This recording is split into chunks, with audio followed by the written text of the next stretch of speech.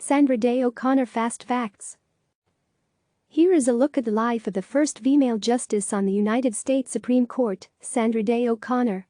Personal birth date: March 26, 1930. Birthplace: El Paso, Texas. Birth name: Sandra Day. Father: Harry A. Day, Ranger. Mother: Ada Mae Wilkey, Ranger. Marriage: John J. O'Connor. 3, 1952 to 2009. His death. Children: Scott, Brian and J. Education: Stanford University, B.A. in Economics, 1950, graduated magna cum laude, Stanford Law School, LL.B, 1952. Other facts: in law school, was on the Stanford Law Review and third in her class. Completed law school in 2 years. A proponent of judicial restraint. At her confirmation hearings, she said, "Judges are not only not authorized to engage in executive or legislative functions, they are also ill-equipped to do so." In retirement, O'Connor has campaigned around the United States to abolish elections for judges, believing that a merit system leads to a more qualified and untainted judiciary. Timeline: 1952 to 1953, County Deputy Attorney in San Mateo, California. 1955 to 1957, works as a civilian lawyer for the Quartermaster Corps in Germany, while her husband serves with the Army's Judge Advocate General Corps. 1959, opens a law firm in Maryvale, Arizona. 1965 to 1969, Assistant Attorney General of Arizona. 1969, appointed to fill a vacant seat in the Arizona Senate. 1970, elected to the Arizona Senate. 1972, re-elected to the Arizona Senate and elected Majority Leader.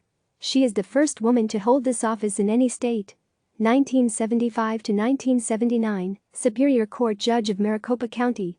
1979 to 1981, Judge of the Arizona Court of Appeals. August 19, 1981, formally nominated to the Supreme Court by President Ronald Reagan to fill the seat of retiring Justice Potter Stewart. September 21, 1981, confirmed by the U.S. Senate. September 25, 1981, sworn in as the first female Supreme Court Justice of the United States. 1982, writes an opinion invalidating a women-only enrollment policy at a Mississippi State nursing school because it tends to perpetuate the stereotyped view of nursing as an exclusively women's job. Mississippi University for Women, et al. V. Hogan. October 21, 1988, has surgery for breast cancer after being diagnosed earlier in the year. 1996, writes the majority opinion in a 5-4 decision to restrict affirmative action policies in voting districts that are created to boost political power of minorities. Shaw v. Reno. 1999, writes the majority ruling opinion in the 5-4 sexual harassment ruling that public school districts that receive federal funds can be held liable when they are deliberately indifferent to the harassment of one student by another. Aurelia Davis v. Monroe County, BD.